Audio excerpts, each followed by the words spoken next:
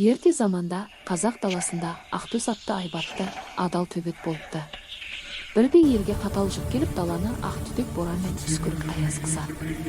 Осы сәтте ашты қысқан бөрілер үйірі ауылдың малын алу үшін қараңғыда азу тісін басып жақындай бастайды.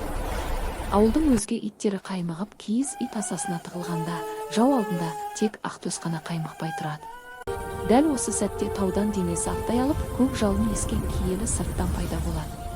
Ақтөс пен сырттан тізе қосып, қалың жауға қарсы тұрады. Киіз үй ішіндегі адамдар бұл тылсым күштің келгенін зор үмітпен тамашалайды. Ұлы шайқас басталып, даланы бөрілердің ұлыған дауысы мен найзағай күркірі кернейді. Сырттан бір айбат шеккенде, оның бойындағы тылсым энергия қасқырларды жан-жаққа ұшырып жібереді. Жеңілген жау қараңғылыққа сіңіп, тауға қарай бет-бетімен қашады.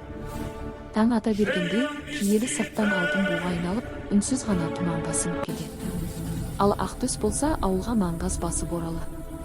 Бұл оқиға дала төсіндегі адалдық пен қайсарлық туралы ұлы аңыз болып мәңгілікке қалды.